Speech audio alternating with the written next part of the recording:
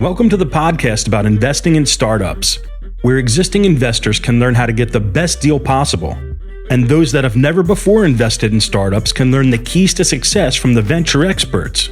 Your host is Nick Moran, and this is The Full Ratchet. Welcome back to The Full Ratchet. On this special investor story segment, the experts illustrate some of the most important lessons they've learned about startup investing and how that has changed their approach. Here's the segment called Lessons Learned. On today's special segment, we have Jay Akunzo of NextView Ventures. Jay, can you talk about a lesson that you've learned through your experience in venture capital? Yeah, there's this awesome quote that kind of crystallizes this lesson from Ev Williams. I think it was a few years ago now, but he talked about what he used to think innovation was, doing new things with the internet to come up with complete new ways of doing stuff. And what he said is, he's since learned that that's not the case. What actually is innovation is take a human desire, line up all the steps that it takes for that person to fulfill that desire or overcome that challenge, and then use modern technology to remove those steps and make it easier, right? And what better example than like Google or an Uber, where they're just removing steps for you to find information and answer a question, or hail a cab or hail a car and get where you're going. And it sounds so simple, but it's so hard to execute. And for my work, what I've realized is that's what platforms should be, lining up all the steps it takes a founder to, say, hire an early team after they raise a seed round, or, go through that board decks development and design. And what are all the steps they have to move through as a founder to do that? And then how do we as a VC remove some of those steps so that they can save time and be more efficient? And then, out comes the idea of a board deck template or a hiring process advisor or something like that. And so that's all innovation really is. It's just removing steps. And that's been a huge lesson for me in the last couple of years. Is it fair to say that workflow automation falls in that? Oh, yeah. No, absolutely. And that's, the technology is you should add that technology based on the need to remove those steps, not because it's just some innovative new technology that you'd like to adapt and say that you're using it, right? It's all in the context of, I have to get something done, or the person I'm serving has to get something done. And I understand the process today.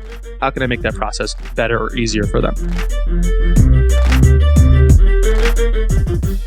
So on today's special segment, we have John Greathouse of Rincon Venture Partners. John, have you learned a hard lesson by either making an investment that didn't work out or passing on one that turned out great? If so, what was the situation, and how has that changed your approach?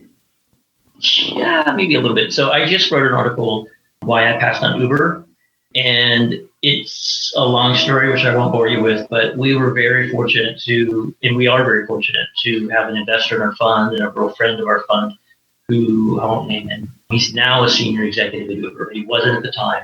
And he literally came to me in August of 2010 and said, hey, I work with this guy named Travis. He sort of looks up to me as a mentor. I'm trying to help him get some investment dollars. Would you be interested in ubercab.com? And he explained ubercab to me. It was black car service back then. As you remember, it wasn't what it is today.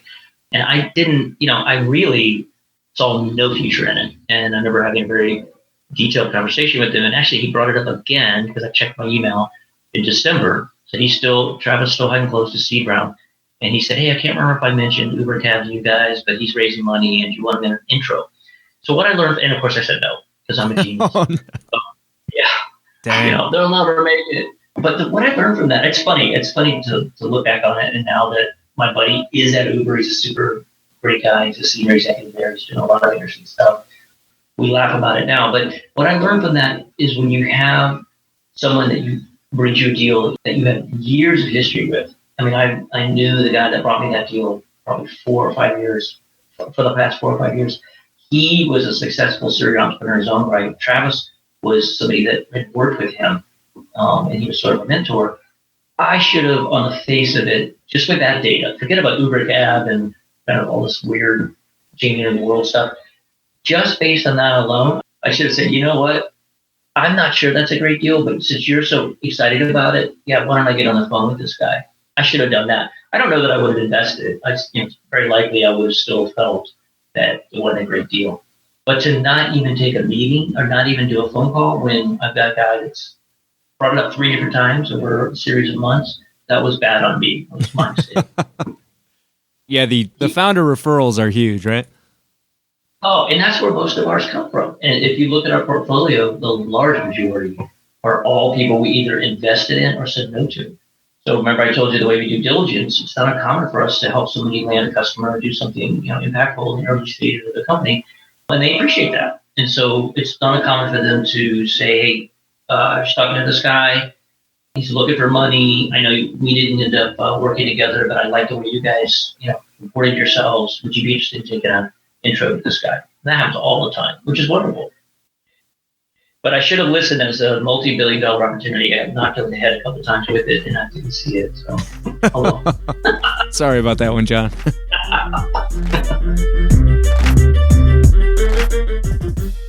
On today's special segment, we have Mahendra Singh. Mahendra, have you either passed on an investment or made an investment that you regret, and it's caused you to maybe adapt or improve your approach? If so, what did you learn, and how has it changed how you invest? A very good question. In the venture capital book, I talk about there are 2 or 3 funds out of the 500-600 funds that are out there that boldly talk about the ones they've missed, and almost in a self-deprecating manner. I think Bessemer is the first one that talks about how they missed Google, Apple, and just a series of these companies like the anti-portfolio, right? Exactly. And when you read about it, it's like, oh my God, not only did you miss these, but you are bold enough to make fun about yourself. So my anti-profile is not as prolific as theirs. And largely this is because, in Michigan, it's a very different market. I mean, you're in Chicago. When you're in that kind of market, you get to see every good opportunity. And so I feel like being fortunate enough to have worked in a different market, we got to see a lot of opportunities. But there was one that I missed. It's a company called Duo Security.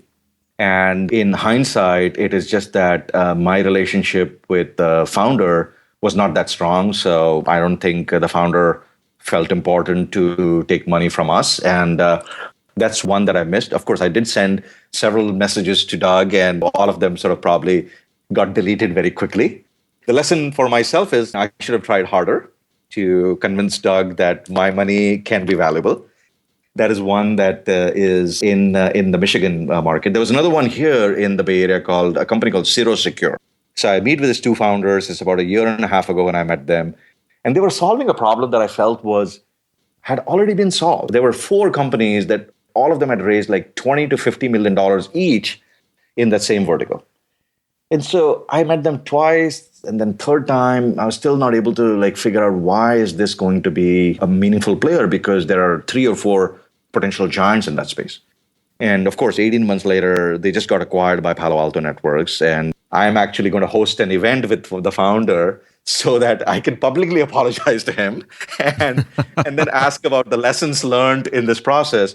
But for me, the key lesson there was, even though that opportunity was available and I could have made investment if I had my head together, but in that one, the lesson that I learned was that just because there are 3 or 4 players does not mean that you're going to lose your money.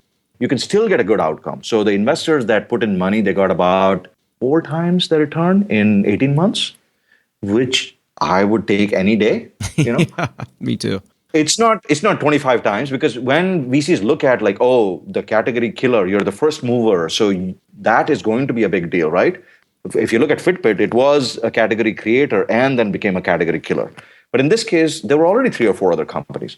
And so my lesson was, it is okay if there is company number 3 or 4. If they're doing something that's very nimble, very lightweight, and can be adopted quickly, somebody will buy them. And so in this case, they followed that. They didn't have a whole lot of customers, but they got acquired by Palo Alto Networks for a very decent outcome. The founders probably don't have to work for the rest of their lives, and the investors got a decent return. So those are 2 small anti-portfolio ones, and I'm sure there will be more. But I think that every investor probably has several of these. That will wrap up this installment of Investor Stories. Head over to thefullratchet.net to leave a comment, sign up for the newsletter, or find resources discussed on any of the episodes. Until next time, remember to over-prepare, choose carefully, and invest confidently. Thanks for listening.